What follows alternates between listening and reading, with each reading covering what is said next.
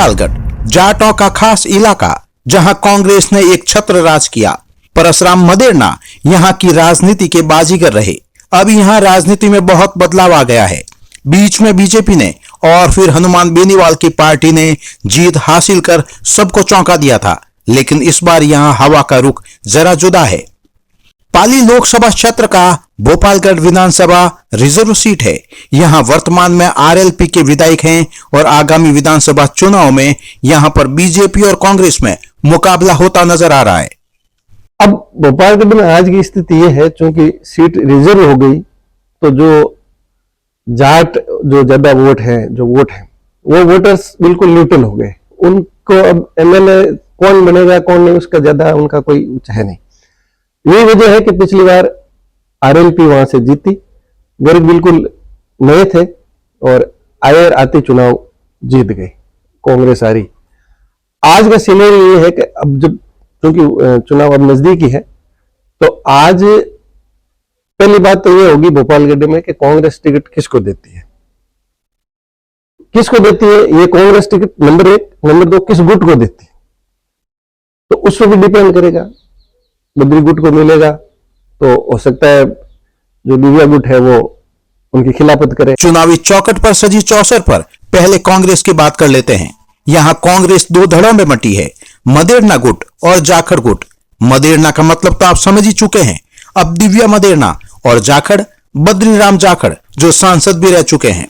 इस बार कुछ थोड़ा चेंज हुआ है। अब जाटों ने उनको लगा कि भाई नहीं, हमको सक्रिय रूप में यहाँ आना चाहिए, क्योंकि वहां ये जो कांग्रेस के 2 गुट हैं, इन गुटों की वजह से वहां जाट सक्रिय हैं। बाकी अगर ये गुट नहीं होते तो वो अब भी नहीं सक्रिय रहते। इन गुटों के चलते वो मूंछ की लड़ाई, एक दूसरे की मूंछ की लड़ाई हो गई, तो एक उस गुट में अपना जोर लगा रहा है, एक इस गुट में जोर लगा रहा है, इसकी वजह से है। बाकी तो वो खाट पे ही बैठे हैं।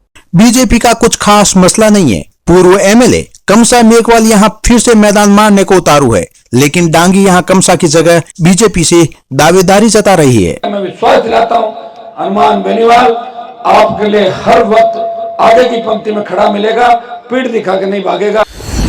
अब आरएलपी की बात। पिछली बार हनुमान बेनीवाल के प्रत्याशी गर्ग ने दम दिखाकर सबको चौंका दिया था। बीजेपी कांग्रेस दोनों चित्त हो गए, लेकिन इस बार यहाँ कांग्रेस बाजी पलटती हुई नजर आ रही है। कांग्रेस में पूर्व एमएलए भंवर बलई के बेटे अरुण और पूर्व में मंत्री रहे नरपत बरोड़ की बीवी गीता दावेदारी की दौड़ में है। सबसे पहले तो बात यह है कि टिकट कांग्रेस किसको देती है। ये दोनों गुट अगर एक तरफ वोट दे तो कांग्रेस जीतने की स्थिति में रहती है। फिर रही बात बीजेपी की। बीजेपी अगर पूर्व विधायक जो है कमसा मेघवाल, उनको अगर रिपीट करती है इस बार, तो चांस है, बीजेपी के भी अच्छे चांस है, क्योंकि मेघवालों के वोट गोपालगढ़ में ज्यादा है और वो उन्हीं जाति से वो आती है, तो उनके चांस ज्यादा है। इसके अलावा किरण सुरेंद्र डांगी भी रेस में है, उनका भी चर्चा में है। तो चूंकि वो बीजेपी की अगर टिकट लेके आती है तो फिर कांग्रेस और बीजेपी में फाइट होगी। साल 1967 में हुए पहले विधानसभा चुनाव में राम सिंह विश्नोई ने भी यहां से चुनाव लड़ा था। इसके बाद साल 1972, 1977 और 1980 के विधानसभा चुनाव में यहां से परसराम मदेरणा ने लगातार जीत हासिल की थी, जिससे इस सीट पर लगातार कांग्रेस काबिज रही। इसके बाद 1985 में इस सीट पर लोकदल के उम्मीदवार नारायण राम बेड़ा ने जीत हासिल की, जिसके चलते कांग्रेस के हाथ से यह सीट फिसल गई। इसके बाद बाजी पलटी और 1990 में फिर से कांग्रेस के परसराम मदेरणा यहां से विधायक बने, जबकि 1993 में कांग्रेस के रामनारायण डोडी, 1998 में फिर से कांग्रेस के परसराम मदेरणा, 2003 में कांग्रेस के महिपाल मदेरणा ने जीत हासिल कर यहां पर कांग्रेस का कब्जा बरकरार रखा।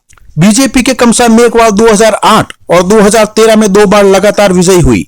इसके बाद 2018 में इस सीट पर आरएलपी के पुखराज गर्ग ने जीत हासिल कर बीजेपी से इस सीट को छीन लिया था। अब यहाँ राजनीतिक रोमांच होने वाला है, जिसमें जो जीता वो सिकंदर बनेगा। एनबीएन हिंदी के लिए विक्रम दत्त और सुनील दत्त की रिपोर्ट।